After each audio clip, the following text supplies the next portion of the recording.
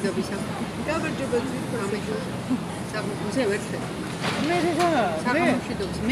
მე ვარ ელენე გაბედავა. თამარ ემკვარი. ზია მაძულაშვილი. მოიჩეჩია ბიჭებს. გორა ხატი. ვიფასებო დღეს ჩვენ ვართ ნაომარი ნაბრძოლი ვის რატო? არ ვიცი, რა დავაშავთ.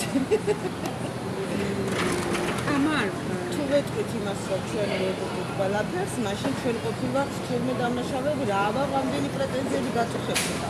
თუ იმას ვეთქვით, რომ ცხოვრობთ ისეთ სამყაროში, როგორც ატომბაზე, მე არ შემეფერება და ჩემს არც მორალს, არც ადამიანობას, არც სიცოცხლის სიხარულის და იმის მას არ მიქმნის. ანუ შეკითხვა დაგისვა თუ შეიძლება. დავაი. პროფესიით ვინ ახარ ასაქმიანი ცხოვრება? რა ვთქვა ძირფასო პროფესიით, ყველა პროფესია გამოვიდა, რაც დამჭირდა ყველაფერს შევისწავლე. იმის და მიხედვით ცხოვრებაში რაც დაგჭირდა? რაც დამჭირდა. აი ყველაზე მაგარი რაც ისწავლე ცხოვრებაში და რაც ყველაზე მეტად გამოგადგა ეს რა? ეს იყო კრიმინალური ფსიქოლოგია, ჟურნალისტიკა და ნატურალური სამართალი. კიდევ ერთხელ კრიმინალური ფსიქოლოგია, ჟურნალისტიკა და ნატურალური სამართალი. კრიმინალური ფსიქოლოგია ცოტა ვიცი რა არის, ჟურნალისტიკაც, მაგრამ ნატურალური სამართალი რაღაც სიახლე. ანუ კრიმინალური ფსიქოლოგიას როცა სწავლობ, იქ მთავარი რა არის? ნახე სანამ ნატურალამდე მიხვალ, იგებ რომ თურმე ბუნებით როგორია ადამიანის სინამდვილეში და როგორ გვატყუებენ. ისეთი განსხვავებაა რა არის რეალობაში ადამიანი და რას გვასწავლიან და ვიჩიჩილებენ თავში და ვილებენ და რა გვაქვს რეალობაში. აი იმდენად დიდი განსხვავებაა, რომ მთელი სამყაროს ხედავ, რომ თავდაყიდაკად დაყენებული და ეს უკაცრავად ეს აინტერესებს კრიმინალისტიკას, ანუ ნამდვილი ბუნება და უკვე დამნაშავი შემთხვევაში. კრიმინალისტიკას აინტერესებს, მაგრამ აი მედიცინას არა. იმას გონია, რომ კრიმინალისტიკას უნდა მართოს ადამიანი, იმიტომ სჭირდება ზედმიწევნით კარგად ცოდნა ადამიანის ბუნების, მაგრამ აი ფსიქოლოგებს იცი რა ეს უბრალოდ მკურნალობის იმ თვალსაზრისით ფულის გამოყენების, ანუ ეს კორპორაციული ის არის რა. ფულის კეთების მანქანა. აი, როგორც მედიცინის ყველა ეს დღევანდელი დარგი. შენ როგორც კრიმინალური ფსიქოლოგი მონაწილეობდი კრიმინალის გახსნაში ან დანაშაულის ნუ აქ ცოტა სხვანაირი სიტუაცია იყო. შემთხვევით რამდენიმეჯერ რომ მომიწია, იმიტომ რომ ჩვენ სამხედრო ვალდებულები ვიყავით მედიცინის მუშაკები. ხო, ძალაუნებურად თვით გადარჩენის ის მქონდა ინსტინქტი ჩართული, სადაც ინტუიციით ვიყავი მოქმედები და ცხოვრობ. იმიტომ რომ არაფერი არ მოხდა 90-იანებში, არაფერი იყო და გაუქმებული ხდა. და იყენებ მხოლოდ ინტუიციას, რომ არ დაგჩაბო. კრიმინალურ ფსიქოლოგიასთან დააკავშირე ეს ყველაფერი. იქ უკვე ძალოვან სტრუქტურებში რო ხარ და შენი ინტუიცია დიდი და ხარკული, იქ ჩანს, რომ შენ როგორ მივხვდი, საიდან იცოდი, როგორ გაიმასქანი, ანუ ინტუიცია ჩემი ბუნებრივი უნარები იყო ჩართული. ის წინახედვა, ის გულის გრძნობა, ის რაღაცა სმენა, ის რაღაც თორიაკი, ემოციები, ანუ მთელი ადამიანური ემოციური იმით ხარ ჩართული, როგორ გადაირჩინო თავი. და აი ფიქრობ, რომ ეს საიდან გამოვიდა და უბრალოდ ეს მოხდა ისე, რომ გავიგეთ, რომ ასეთი მე გაიქცე, მე მოვიდა, ანუ კომუნისტების დროს ხალხზალული იყო ესა ფსიქოლოგები. მარტო ფსიქიატრები სამზადებდნენ. ხო და მე გავიგეთ, ვიცი კაშპიროვსკი გამოჩნდა, ის გამოჩნდა, რომ იცი რა, ჩვენ რაღაცას ძალიან დიდი ბუნი იყო მაშინ. კაშპიროვსკის ნაირი იმეები და ბიჭო გადავედი ფსიქოლოგია, პარაფსიქოლოგია, ანუ ბანგა, ჯუნა, ნუ ეს იყო ბუნი. დიდი ბოდიში იმას გულისხმობ, რომ კრიმინალური ფსიქოლოგიის მეშვეობით შეისწავლა პროფესიულად ის, რაც ინტუიციურად ისეც იყო შენში და მეტაკლებად ყველა ადამიანში არის. აბსოლუტურად ყველაში იმას უნდა განვითარება, ყურადღების მიქცევა, ცოდნა საკუთარი თავის ესაკეტების. შენ ახსენე ესეთი რამე, რომ კრიმინალურმა ფსიქოლოგიამ მიგიყვანა ნატურალურ სამართალამდე. არა.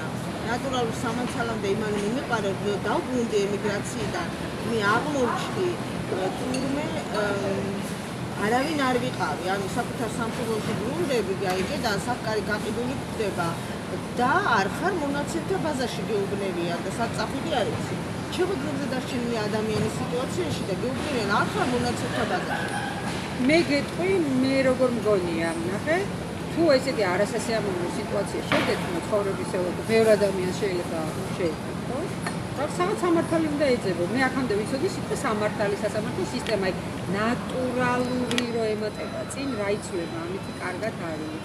ხო, აი უკვე რომ გამწარებული, გაცვიფებული რომ მიბადექი ამ სამართალს და თუ კი რამე ბერკეტები არსებობდა, პირველი რასაც რამდენი ძალოვანი სტრუქტურაა თუ რამდენი სამართლებრივი სტრუქტურაა, ყველაში შევიტანე განცხადება, ყველაში შევიტანე. ზოგში გამოიძიეთ, ზოგში გამოიკვლიეთ, ზოგში ისა ხო და საბოლოო სამართლის დადგენის მექანიზმები რაც არსებობდა შეეცადები დაგეგმება სამართალი, ხო? ორი ნორმალური ადამიანის რეაქცია რა არის? სამართალს გინდა მიაღწია და შენ გინდა სამართლიანი გქონდეს ცხოვრება. შენ გინდა რომ მოგატყოს ამ მდგომარეობაში, გინდა სამართალს იძლევა. რატო ვარ კაცო ამ მდგომარეობაში? ჩვენ ხო იმას არ ვსწავლობ და არ უყურებთ ახლა ნორმალური ადამიანის რეაქცია ყველას აქვს. აი ამას არ უხშობენ და ვატყუებენ და ამაშია რომ მანიპულირებას ვიკეთებენ და ამაშია რომ ჩვენს იმას სიცოცხლეს ვიკრძალავენ. ანუ შენ ადამიანურად ლოგიკურად არ უნდა იაზროთ. იცი რა, აი კანონში ესე წერია, აი კანონმდებლობაში ასე წერია, აი კანონმდებლობაში ესეა, აი კანონმდებლობაში ისე პატიცემულობ რეალობაში ეს მაგრას მე რასაკეთებ. ანუ მე ვეუბნები დავისვი მთელი კამანდა ბოდიში და ქართულად მთელი გუნდი კანონმდებლების სამართლების აბსოლუტურად სამოქალაქო კრიმინალი რომელი ხარ და ეკონომიკურიც კი ანუ სულ თუ კი ვინმე იყო ის დამხმარე ის ყველანი დავისვი და აი რა სიზავთ ხა მე რა ვქნა და სამართალმა რა ჭამაპური?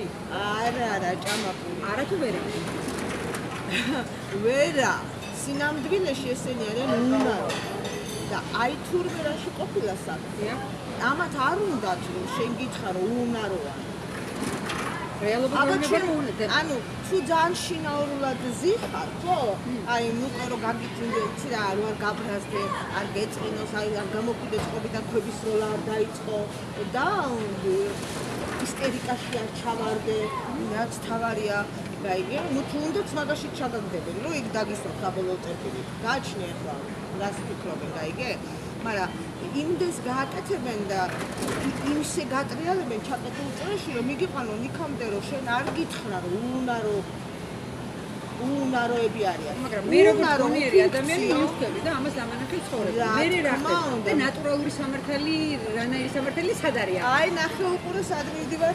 ეს უნარო შენ რომ ლოგიკური ისო გაგიჩნდა რომ უნარო და ამ დროს ყველას რომ აწერია ხალხის იმას აწერია შუბლზე რასიზავ ეგრია ერთი დევიზია ხალხს თავრობას მიადგები თუ ამ სამთავრობო სტრუქტურებს თუ რაც გინდა დაუძახეთ სამართლის სტრუქტურებს ისინი გეტყვიან აბა მე ჩვენ შეგვიძლია აბა ჩვენ შეგვიძლია კი ბატონო ყველას მოგისმენია კი ბატონო ანუ ამ ორ დევის შორის რეალურად შენ ზიხარ პირდაღები რას ქვია კაცო არ შეგვიძლია ანუ ლოგიკური ადამიანური მითი აბა მე არ ვარ დამნაშავე ის არ არის დამნაშავე აგერ 10 კაციდან მომჩევიდან შეიძლება ერთიც არ იყოს დამნაშავე მე როგორც უყურებ ხო საქართველოს 99% არ არის დამნაშავე და არა ისე როგორც ისინი გვიხატავენ რომ მაგრამ მაინც დამნაშავე გამოდის და აბა სისტემის ის რა არის ლოზუნგები ხალხი ბრმოა და ხალხი შტერია და ხალხი მაინც ისეთია და ხალხი მაინც ასეთია ვიჯო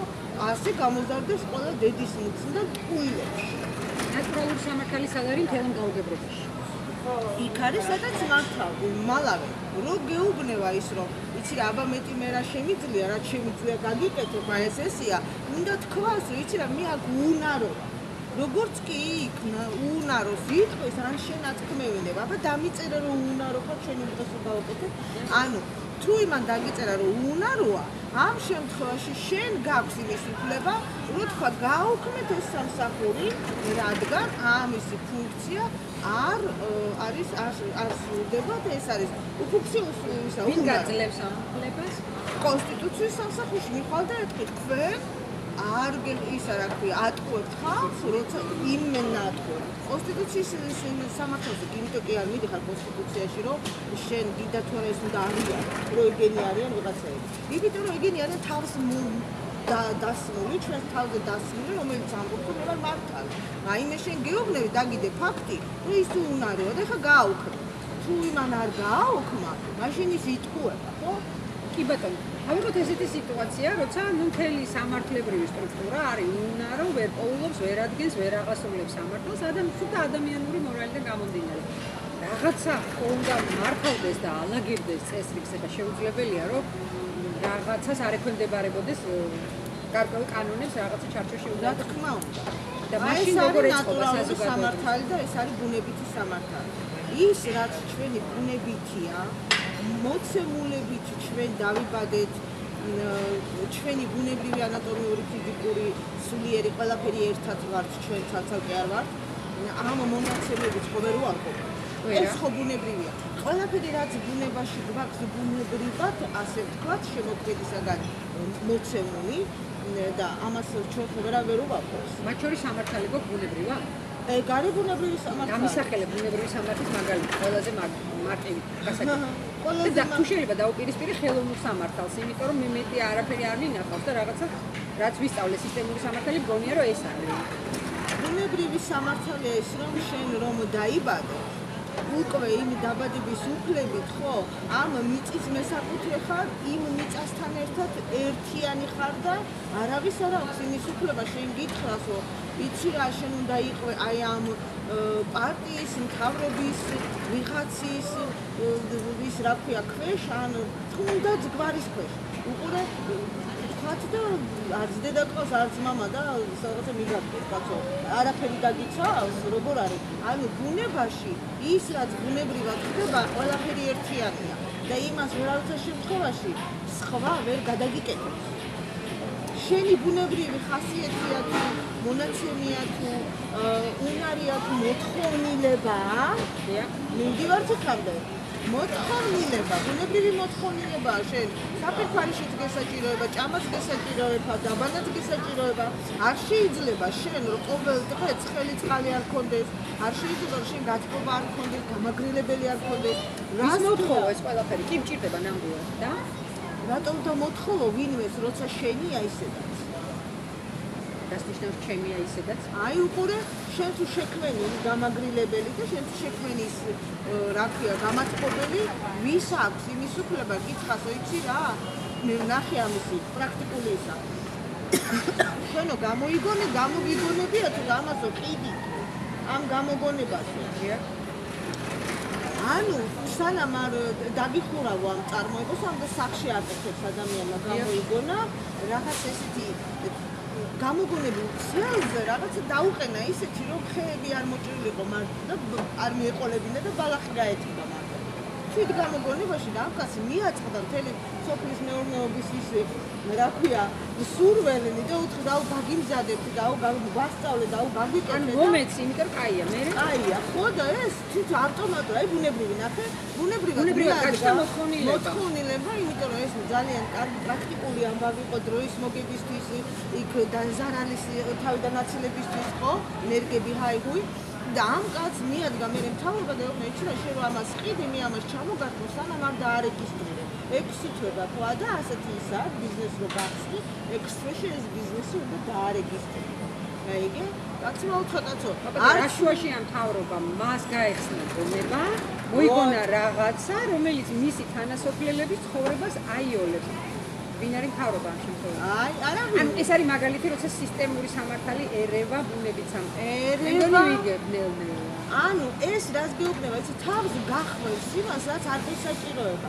ანუ ბუნებრივად მოხდა, რომ იმ კაცს არც თვითონ უნდა რომ ამდენ ხალხს დასწავლდა და მოყოლდა თავ, მაგრამ ისინი თვითონ თავაზობდნენ, აუ მე გაჩქერფულს, აი მომოგიტან მასალებს, აი მე ქარხანა მაქვს, აი შეიძლება ძალიან არ უნდოდა, მაგრამ ცხოვრება მოხდა. ხო, ნუ ამ კაცს უკვე, ნუ კაი, ხო, რახან დრო უნდა დავხარჯო და ის და მოვშევ. და ნახე გაჩნდა ვიღაც მესამე ხელოვნური სტრუქტურა, რომელიც ამბობს, რომ ისეთ რა მე თქვენ შორის დავდგები და დავარეგულირებ. აი შენ გამოგონებულს მე მივიტან ამ ადამიანებამდე, რატომ რისთვის? რა თქმა უნდა ფინანსური გამორჩენისთვის, ხო? არა, შენი სიცოცხლის კონტროლისთვის ხო? ფული ვისი დაბეჭდილია, რა იმას ფულის პრობლემა არ აქვს. კი ბატონო, ან ეს არის იმის მაგალითი, როცა სისტემური სამართალი და ბუნებითი სამართალი მე მგონი კონფლიქტი გარდაუვალია, ხო მართალია? გარდაუვალია, ესენი ერთად არასოდეს არ იქნებიან. ნატურალური სამართალი, ბუნებითი სამართალი ეს ბუნებრივად მოდის და ვინმესი სპეციალურად მოწყობილი ბიზნეს კონტროლი, ამათ რო იცი ხოლმე მარკეტინგული და რეკლამური სისტემა უნდა იცოდე და ეს ისთნაირად გახდები ფეიმეს და ცნობილი და პიარი და მთელი ამბა, ეს არის საზიძრობა იმისა, ყველაფერი ბუნებრივი საწინააღმდეგო. შესაძლებელია, მაგალითად ის კაცი ამას რო აკეთებს, ხო, იმ მაგალითად გამოიგონა ესეთი ცენი, ხო? და ის ხო უკვე ერთი გამოგონებული მომენტია, შეხედე როგორ არის ბუნებაში აწყობილი. ის ერთი გამოგონებული ის არის ვარიაცია მაღაზიაში იყიდა. მე იმას რო შეხედა ხმარებაში, ო დაუმატა რაღაცა კომპონენტი. წავიდა მეორე სხეულში. წავიდა მესამე სხეულში. არა, იმასთან ცოტა სხვანაირი პირობებია მაგალითად. ბუნების იქ რაღაცა კლდოვანი ნაწილია, თქვა ტანტყის ნაწილია. სადღაც სხვანაირი პირობებია, მე გეიცი რა, მოდი მე ამასაც დავუმატე. წავიდა იმას სახეცვლილებას ყველა გამოგონება ის ყოფით იმიდან გამომდინარე რაღაცა წარმოშობილით წარმოებიდან გამომდინარე ბუნებრივად ლაგდება სად რა საჭიროება უნდა დამოკეთდეს. გაიგე? თვითონ ერგება ადგილობრივ მოთხოვნას ბუნებრივად ერწყმის. დიახ, ანუ კეთილდღეობაზე გადადის საჭიროება, გადადის კეთილდღეობაზე. და ის საჭიროება, სიტყვა საჭიროება აღარ ჩნდება. ჩნდება, ჩვენი კეთილდღეობისთვის რა გვინდა? ანუ ამ სისტემაში, როცა საზოგადოება ბუნებრივი გზით ვითარდება, ბუნებრივი გზით სამართალი, როგორც ასეთ მიგვი საერთოდ არ საჭირო, ხო? საერთოდ არ არის საჭირო. შეხედე, სოფელში ძალიან ბევრმა იცის ეს, ვიღაცამ რაღაცა გამოიგონა თუ გამოგონებით თავი დავანებოთ კაცო. მე ესეც პრობლემა შემექმნარე, წავედი და ისე გავაკეთე. მეც მქონდა, აბა იმას მოუყვება და ვიღაცა იტყვი, მე ერთი წავალ ერთი კითხავ იმ ადამიანს, რომ ამბობენ, აი სოფელში გოგიასთან ესეთი ამბავი ყოფილა, ერთი გამოკითხო, ერთი როგორ გააკეთა. ჩვეულებრივად ერთმანეთს უზიარებენ, დაუფარავად, უსასყიდოდ, რამე იმის გარეშე, რეგისტრაციის, რაღაცა გამოგონე, რაღაცა პიარის გარეშე და ეს მიდის ყველა კაცის იმაზე სწრაფად ვრცელდება, გაფუჭებული ტელეფონი და ბენზინი. სინამდვილეში გაფუჭებული ტელეფონი თამაშიც კი ამის საწინააღმდეგო, ანუ სისტემაში თუ კი რამე მოგონილია თამაში ხშირ შემთხვევაში აქ ეს გაკეთებული ადამიანის გონების დაჩრუნებისთვის. ნახე დაარქვეს გაფუჭებული ტელეფონი. გაფუჭებული კი არა, პირიქით გაკეთებული ტელეფონია. მიხდი? ადამიანს გადაეცემა სწრაფად. იმ გზით, რომელიც საჭიროა. აი, უყურე, ამათ იციან ხოლმე ამის თქმა, რომ უსაქმურიაო ადამიანი. ერთი მითხარი ადამიანი რამდენი ხანი გაზრდებს ერთ სკამზე დასვი, გინდა ტელეფონი ცნეს უსაქმურად. ბევრი ერთი ანჭამა მოუნდება, ან დაძინება მოუნდება. უსაქმურად ვერავინ ვერ შეძლო. ეს რამ ბუნებაში არ არსებობს. რაღაცის კეთება მაინც უნდა. ან ჩაცმას მოინდომებს, ან გასეირნებას მოინდომებს, ან დაძინებას მოინდომებს, ან გავლას მოინდომებს. ანუ სისტემა ეუბნება ადამიანს რა უნდა გააკეთოს, რომ იქი დაკავდეს. სისტემა ბევრ ამას ეუბნება. რა არის იქიდან მართლა? კიდევ იმას ვიმეორე. სისტემას არ აქვს იმის პრობლემა, რამე უჭირდებოდა. სისტემას იმის პრობლემა აქვს, შენ არ განვითარდე.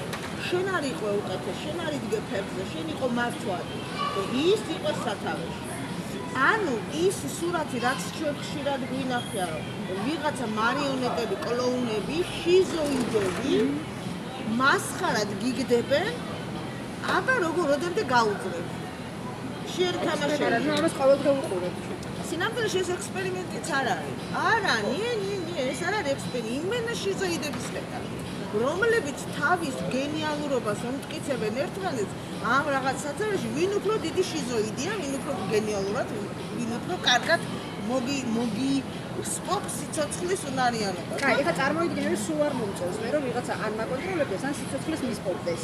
მიუხედავად ამისა, სადაც ხეხი არ უნდა გადავადგე, ყველგან სისტემური ბარიერები უნდა დაყენებული და ძალიან მინდა ჩაიგნა, რა ვიღაცას ფული უნდა მივცეს, ფული უნდა გამოვიმუშაო და ასე თუ ისე ყველგან სისტემას ხედავ, მართალია. როგორ ვიმოქმედო, რომ ფონს გავიდე და რაღაცნაირად კიდეც განვითარდე და თავისუფლებას შევიგრძნო და ხარაგ სისტემის წინააღმდეგ დავიწყო ბრძოლა?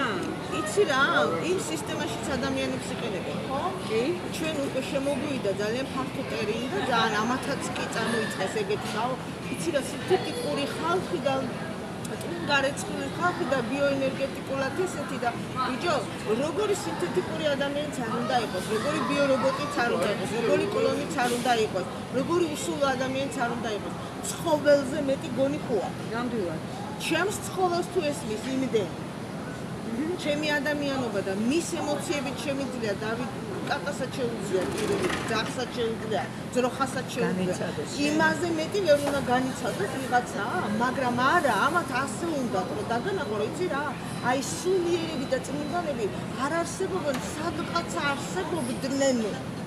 და დღეს არ არსებობენ. ხო, მაგრამ მაგას რატომ მეუბნები? მე აი გითხარი, რატო დიოსე, პრინციპი ამისი, რომ შენ რო გინდა რომ იარსებო, ხო, და შენნაირი ხალხს მორალი მოკითხო, ამათ კანონმდებლობაში მორალი აკრძალულია.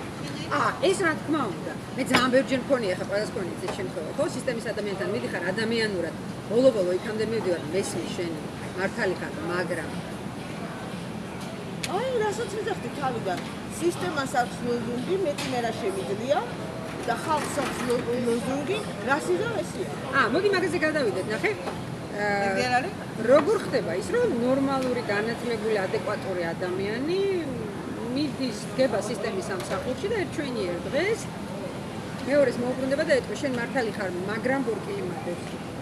ბორკილი გაიწიე, იქით გადი კაცო, შენმე სიცოცხლის უფლებას მიკრძალა. ნახე, გახსოვს იმას ხალხს ეგოშეში და ლაპარაკის უფლებას მიკრძალა, მე მუნჯურად ლაპარაკი არ ვიცი, ყოველ შემთხვევაში ტელეპათიაც შემიძლია, მაგრამ შენ გაიგებ? ვერა, ხო? ანუ რა გინდა ვერ გავიგე, მაშინ არ გინდა რომ მე ვიცი, ერთმა მითხრა კიდე რესში. 4-ჯერ რომ მომცა ყალბი დაბადების მოწმობა და ამ დროს ვიფიქრე რომ კარგი ეთქო რომ მე ვერ გადავცემ სიტყვიერად რას მთხოვს ნოტარიუსი. ნოტარიუსი უგნევი დამიწერე რა შემოგევლე სიტყვიერად რა უნდა მივიტანო სოკოს სახში, რა ქვია იუსტიციის სახში. არა, მოიცა.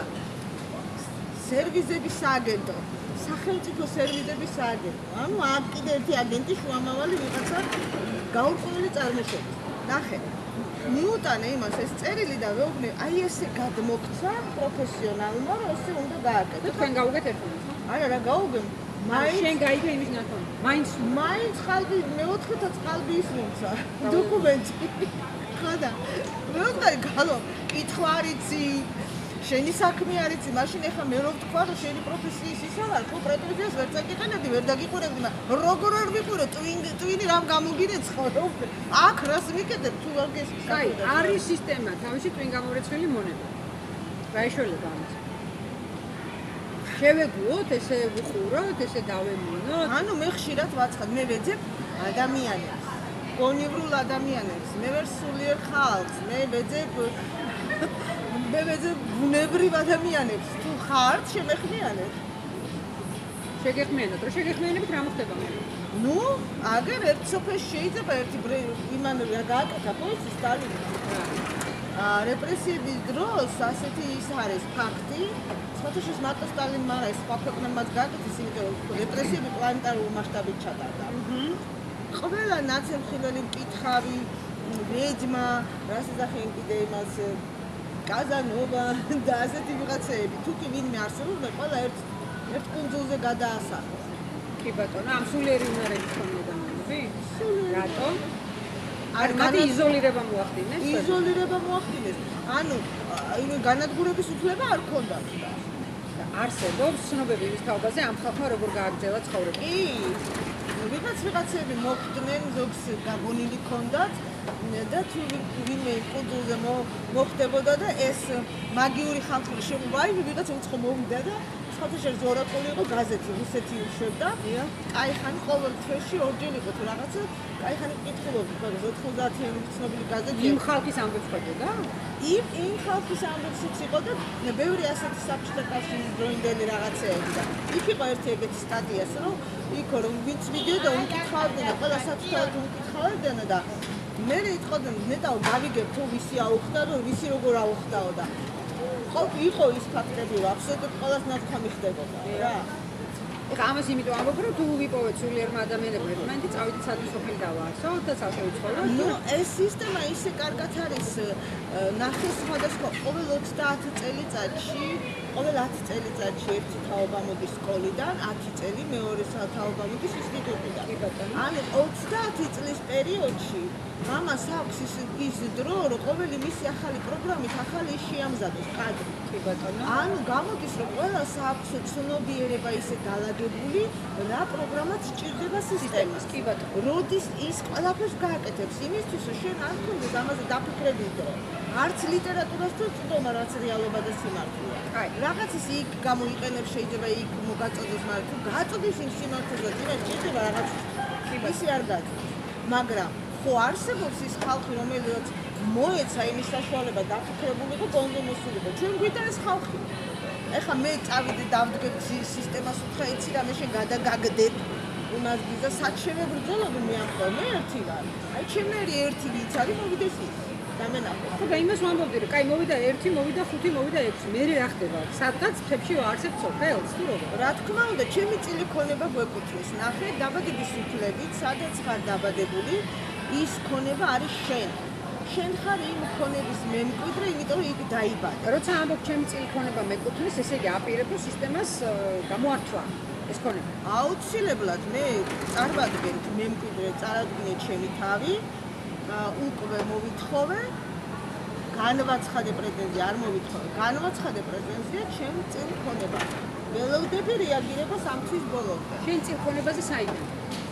ეროვნულ ბანკს აქვს ჩვენი ქონება. როცა ვამბობ ჩვენი ქონება ვის გულისხმობ? ქართველებს, ქვეყნის არა, ამ ქვეყნის ამ მიწის მემკვიდრეებს. როცა ვამბობ სიტყვა მემკვიდრეს, რითი განსხვავდება მემკვიდრე უფრო გავრცელებული მოქალაქისგან? რა თქმა უნდა. ეხლა მე მოქალაქე ვარ, მემკვიდრე ვარ, ვინ არის, როგორ არის? მოქალაქე ხარ? არა, უკვე აღარ. არა, არსებობს ბევრი დოკუმენტი, როცა მე ჩემ თავს უწოდებდი მოქალაქეს, იმიტომ რომ მეგონა რომ ეს არის სწორი ფორმა სისტემასთან ურთიერთობის. გონი ეს არის სისტემასთან ურთიერთობის ბრენდე არის. მოქალაქე არის ხელშეკრულებით მყოფი პირის სახელმწიფოსთან, რომელიც ვალდებულია დაექვემდებაროს სახელმწიფო კანონმდებლობას. ვინ არის მემკვიდრე? მემკვიდრე არის დაბადების უფლებით მყოფი სულიერი, ცოცხალი დაბადების უფლებით სულიერი, რომელიც იმიწაზე სადაც დაიბადა მისი მემკვიდრეა. რომელიც სულაც არის ვალდებული, სულაც არ არის ვალდებული სახელმწიფოსთან კონდეს ხელშეკრულება ექვემდებარებოდეს იმ კანონმდებლობას, რომელიც სახელმწიფო ნო, ვალდებულება რა შუაშია სახელმწიფო. არა, მოქალაქე არის ვალდებული შენ. ნიე, მოქალაქე არის. მემკვიდრე არის. ნიე. მოქალაქე ეს უკვე სახელმწიფო დაქვემდებარებაში როა ის სახელმწიფო ის ვალდებულებას დააკისრებდა რა დაქვემდებარებას დაუდებს ის ერთია და ამას ის ერთი არის კონსტიტუცია საქართველოს. მაგრამ ერთ-ერთი რომელიც ვალდებულებას ადგენს მოქალაქეებისთვის, ხო? ყველაზე მთავარი. დია, ხალხს ატყუებენ რომ კონსტიტუცია არის უზენაესი, ეს არის ტყუილი. სახელმწიფო სამუშაო წესდება კონსტიტუცია. ერთი წუთი სანამ კონსტიტუციაზე გადავალთ. ნახეთ, დღეს საქართველოს აი შემოვიდა ბატონი, რომელიც აშკარად არის, მე მგონი, აფრიკის მკვიდრი თავის მეგობარ გოგონასთან ერთად. ადვილი შესაძლებელია, რომ ეს ადამიანები ან არიან, ან პროცესში არიან და გახდებიან საქართველოს მოქალაქეები. მოქალაქეები შეიძლება გახდნენ. მეც, ვიყავი საქართველოს მოქალაქე, მაგრამ ვერანაირად ვერ მოვიაზრებ თავს ამ ადამიანებთან რაღაცნაირად ერთ სიფრთხეზე, იმიტომ რომ მე თაობების განმავლობაში და ცოცხალი მით ეს მეხსიერება თაობებით, ეწინაპრებით ვარ ქართველი და სულ სხვა მდგომარეობაში ვგრძნობ თავს საქართველოში. სწორი სიტყვა ჩემთან მიმართებაში არის რომ მე მემკვიდრე ვარ საქართველოსთან. შენ მესაკუთრე ხარ, მემკვიდრე ხარ, მე პატრონე ხარ და ეს არის სტუმარი, მოქალაქის სტატუსი. მოქალაქის სტატუსი ნიშნავს სტუმარს. ნიშნავს სტუმარს. მაგრამ ამავე დროს ნახეთ, მოქალაქეს აძლევენ მუდმივი მოქალაქე, მუდმივი მობინადრის უფლებას. ანუ იმას განუსაზღვრელი ვადით კი შეუძლია იყოს აქვს, მაგრამ თუ ჩვენ სწორად ვაზროვნებთ და თუ მემკვიდრეები სწორად იაზროვნებენ ის მოქალაქეს ქონებაზე მემკვიდრეობას ვერასოდეს საქართველოს კაპიტალზე მემკვიდრედ თავს მესაკუთრე ვერასოდეს ვერ განაცხადებს. იმიტომ რომ ის არ არის აქაური. კი ბატონო, საქართველოს კონსტიტუცია იცნობს ესეთ სტატუსს, რასაც ქვენ მემკვიდრე, სამშობლოს მემკვიდრე. რა თქმა უნდა, დღეს ძალიან კარგად და ძალიან ისეთ ფართოდ დადის ეს უნდა აღდგეს სამართალ მემკვიდრეობა. ნახეთ რას ამბობენ სამართალ მემკვიდრეობა. ანუ ამათ უნდა ის სამართალი ვისიც არის იმისი მემკვიდრე აღდგეს. რომელ სამართალზე ლაპარაკი? აუ, კაი გითხრა. ვის სამართალზე? მე საქართველოს მემკვიდრე ვარ, ჩემი წინაპრების მემკვიდრე ვარ. ვინ აცხადებს პრეტენზიას და რომელი სამართლის მემკვიდრე წარმოქმნის? თავრობა გამოდის ამ ინიციატივით ამჟამინდელი და მგონი წინანდელი. ხო, ამასთან აბა. ეგრე არ არის საქმე. ნახეთ, რამდენი სამართალი არსებობს. არ ვიცი. მე გავიგე რომ ნატურალური სამართალი არის სამართლის კიდე ერთი სახე. ნატურალური სამართალი ეს არის ძირითადი სამართალი, რომელიც დაბადებიდან არსებობს და ამას ვერაფერი ვერ ცვლის. ეს არის ბუნებით, რაც ბუნებაში გვაქვს ბუნებრივად. მაგრამ სამართალი არსებობს ყველასი, ვინც შეიქმნება, ყველას მისი სამუშაო სამართალი. მაგალითად, სამხედრო სამართალი, სამხედრო ტრიბუნალი, მაგალითად, საზღვაო სამართალი, მაგალითად, საფინანსო სამართალი, კონსტიტუციური სამართალი, სავაჭრო სამართალი, რა თქმა უნდა, საფინანსო სისტემის სამართალი, აბა, ICC.